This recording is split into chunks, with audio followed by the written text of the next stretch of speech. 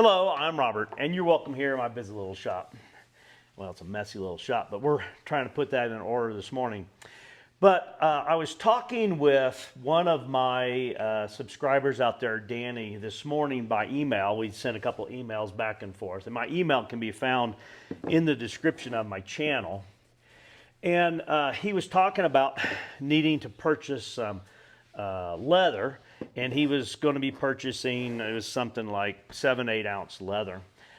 That size probably isn't really important for this conversation, but I was sitting there thinking, because my mind goes towards using 2 layers of leather so I'll have a nice finish on both sides. I think he was making handles for a tote. And when he was saying he was going to buy that, my mind came to, well, you can buy that, or if you've got 5/6, then you could probably strip that down.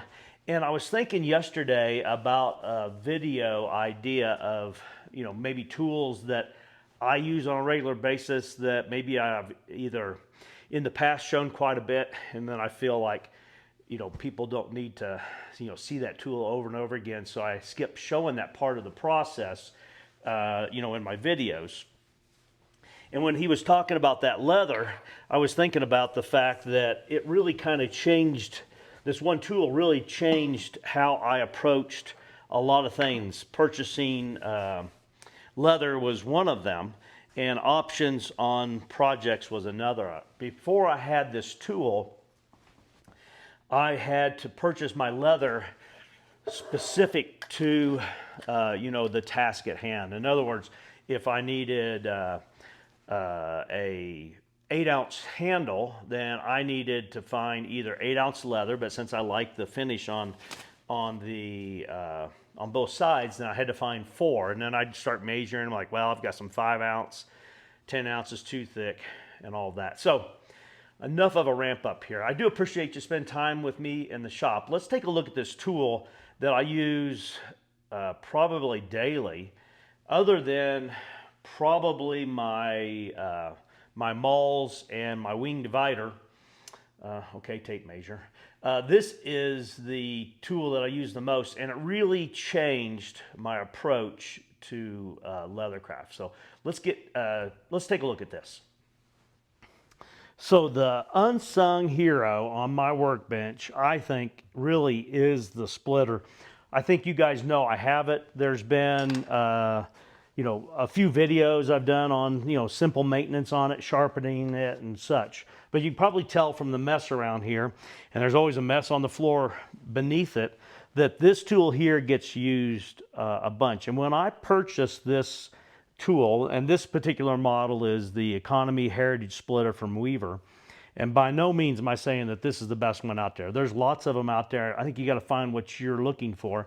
There's features on this that, or features I wish this had that it doesn't have that others might have, such as being able to lock the handle forward as you're cutting so that you can get 2 hands on the leather that you're pulling, which can make it easy there. But when I was making my belts, I would end up, finding a piece of leather. Maybe on the back it's marked that it's 5/6. But then when I start using it, I cut my straps and I measure the strap. Then I'm measuring and I'm like, well, shoot, it's 6.5. So if I use 2 layers of that, now I'm at 13, which is, I know that's only 1 ounce, but that's outside of the range of what I typically make my belts. And I like to be consistent with it, so if you come back and buy another belt, you end up with something similar to it. On a side note, I have started on the order forms. When I make their belt, I take a measurement and I write on there what that belt ended up as, for a couple reasons. One is if the person reaches out to me and says, I want another belt just like that one, then I shoot for the same thickness. Or if they may say, I want one, but can you make it a little bit thinner? Now I know what I'm making it thinner from, whereas before it could be 10 to 12 ounce. So I'm trying to guess where they're at. So when I purchased this splitter, first, a little bit of information on that. I purchased it, it was either on Black Friday or it was one of their leading up to Black Friday sale, and I think it was $100 off. So it was $3.99, so I paid like $300 plus the shipping on it. And the blade on it, it's a very durable blade. I probably need to hone it again, and I probably should take it off more often than I do and hone it, but I think I've only honed this blade 4 times in 4 years. And I mean, it does a good job cutting for me. This is some Herman oak here I'll show you. And the Herman oak, at least this hide is a lot firmer and harder to cut. You can moisten the back of it a little bit, and it will help to strip it. But back to the whole thing about this. When I would be making belts, and I would end up with, say, I'm at 12 ounces. By the time you bend it over, and this is more than 12, but you'll see the point. I mean, you've got a lot of leather there, and this backside doesn't need to be as thick. So then you're like, okay, I'm using a skiving knife and trying to do that, and then you end up nicking in too deep on it, potentially using a safety skiver, and then it's not a nice smooth skive from edge to edge and end to end on it, so that doesn't look really nice. And so this really, when I bought it, I was thinking more about the ends of the belts. And then if you think about it, you know, if that's what it is, I put it in here and I, you know, mark it where I want it cut and do that, then that's it. So that was a 10-second use of a tool on a belt. So then you're like, man, it's a big investment for that. Well, it does help. There's nothing that says frustration more than having a challenge on that, and then it may set the tone for the day when you do that. So I think if you can take frustration out of your projects, that helps. That's a lot of money to spend just to take frustration out. But where it ended up helping me is that when I would buy leather, and I'm looking, my sweet spot hide is 5.5 ounces. That makes an 11-ounce double layer belt perfect. If I could get 5.5 ounce leather from end to end, side to side, you know, all day long, and they look nice, then that would take a lot of that frustration out of it. But occasionally when I'm looking for hides, I can't find that. Now that I have this, I'm looking at that 7-ounce hide going, yeah, that works. And I can adjust this here and, you know, take off a small amount of that strip and get down to where I'm looking for now. I took, you know, about 1 ounce off the back side of that leather. So it really opened that up. The other thing it did for me is occasionally I order a belt, not a belt, a hide of leather online, and when I get it, you know, there are big usable areas, but if I'm making belts, there might be some areas that are not that great looking, and I can maybe cut those and use them for liners, but maybe the leather I'm using for the front is on the thicker side, so then I can cut strips and cut some liner material, which would be more like this here. This cut that's 4 ounces, you know, so you can cut a liner as well. The one thing to keep in mind is that if you've got a wide strap like this and you're cutting it from this is probably about 8 ounces. If I cut that 8 down to say 3, I'm taking 5 off the back side. You might be able to see on this one, but it stretched in length when I did that, and that makes it narrower. So if you're going to cut that strip because maybe it's got some marks in it that you want, you're going to use it for a liner, you're going to have to go wider and then laminate it and trim it. And I know a lot of people trim, and I get people that all the time are surprised that I line up, you know, 2 layers and glue it together and then just do a light sanding on the edges. You have to find the process that works for you.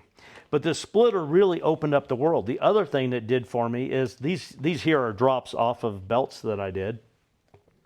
And now if I want to take this and I need to make a liner for a bag handle, I'm able to do that. And I made a bunch of dog collars, and they were all made out of bellies and off of drops. And the bellies, a lot of times I would strip down thinner because my dog collars, they didn't need to be 12-ounce dog collars. But I was able to utilize a lot of my drops and things by changing the thickness of that. And if I've got maybe a bag with a nice Herman oak front on the handle, and I want to line it in Herman oak, then I would maybe have to have a hide that's like 6'7", and then 2 and 3. And, you know, after a while, you're like, I've got so many different hides over here. So the thing that's helped me do is to really customize and fine tune and take some of the frustration out. And so this splitter here was, as I said earlier, it was my first big purchase. This was the most expensive tool in my shop for the first few years before I got into anything else. But it's a tool that I think has paid for itself just in being able to reutilize other leather and end up with something that's usable and professional looking is this tool here. And it may be a big pill to swallow for a crafts person, but I think if you can find tools that take frustration out of it, then I think that makes a big difference. Well, I hope you like maybe that perspective there, because I think there's potentially tools that you use in the shop. I mean, even down to the countertop work surface that can take frustration out of it. When I ended up, this workbench has a piece of man-made quartz on it, and I was able to get it from a countertop shop here in town. And when I got it, I actually, they line up alongside the street, and you can see in their backyard, and back in the back corner I could see there was a bunch of slabs where the weeds were like chest high, so they'd been there for a long time. And when I asked in the office, I'm like, hey, I'm interested in maybe some some granite or quartz that you want to get rid of that is not of use to you. Well, we don't really have anything like that. And I'm like, how about those racks in the back corner in the weeds? And he goes, oh, yeah, are you wanting me to cut things to size? I'm like, nope. All I want is, opportunity to get something there. And he said, well, none of it's in very good shape. It's got flaws in it or something. And I'm like, for what I'm going to use it for, it probably will work perfect. And it has. And I was able to pick up a couple of them there. So my point of that is there's things that we can add to our shop, such as a splitter, that may take away a bunch of frustration and make it more enjoyable, and then maybe even open up your world to other projects that can help you improve your craft. The other thing I was talking about with Danny was working on projects that are outside of your normal scope. And for me, there's like my travel tote is a good example. I think I've got that travel tote to where it's pretty good, and I want to make maybe some adjustments to it. And I have to realize that when I start doing that, I'll be back kind of at the beginning where the first couple of them, maybe they didn't work out well, or I have to accept the fact that I'm going to be challenged in that area and potentially make something, the first one, that I'm like, yeah, what am I going to do with that? When you make items in the beginning and you make a tote for somebody and they love the tote, you see the flaws in it, and then after you've made 10 or 15, now you don't have those flaws anymore. Sometimes it's hard to step down off of that plateau, walk over to something that's going to get us to the next higher shelf. But anyway, we've gotten off the topic. It was really about this one tool that really, for me, opened up and changed a big part of the world and took a lot of frustration away as well. And for a hobbyist, spending $400, I know some of the nicer or more expensive ones, they may even be $800. And I don't know how much this Heritage splitter goes for today. Like I said, I've had it for quite a few years. So I'm talking it around the horn. This is supposed to be an easy topic video for a Wednesday.